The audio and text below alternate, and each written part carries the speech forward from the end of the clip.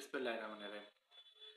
অন্তর্বর্তী সরকারের প্রধান ডক্টর মোহাম্মদ ইউনূস বলেছেন, আগামী নির্বাচনেই ঠিক করে দেবে বাংলাদেশ কোন দিকে যাবে।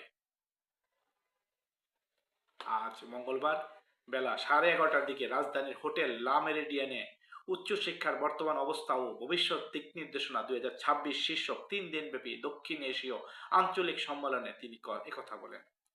সম্মেলনে যুক্তরাজ্য, মালদ্বীপ, মালয়েশিয়া, নেপাল, পাকিস্তান, শ্রীলঙ্কা সহ বিশ্বের বিভিন্ন দেশ ও বিশ্বব্যাংকের প্রতিনিধি সহ মোট 30 জন আন্তর্জাতিক প্রতিনিধি অংশগ্রহণ করবেন বলে সংবাদ বিজ্ঞপ্তিতে জানিয়েছে ইউজিসি। ইউজিসির এক সংবাদ বিজ্ঞপ্তিতে আরও জানানো হয়, বাংলাদেশ সরকার ও বিশ্ব ব্যাংকের অর্থায়নে বাংলাদেশ বিশ্ববিদ্যালয় মঞ্জুরি কমিশন কর্তৃক বাস্তবায়নাধীন higher education acceleration and transformation প্রকল্পের আওতায় এই সম্মেলন আয়োজন করা হয়েছে। আমরা প্রত্যাশা করি আগামী নির্বাচনের মাধ্যমে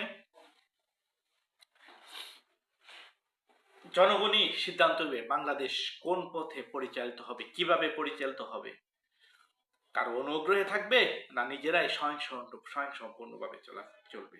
ধন্যবাদ সবাইকে।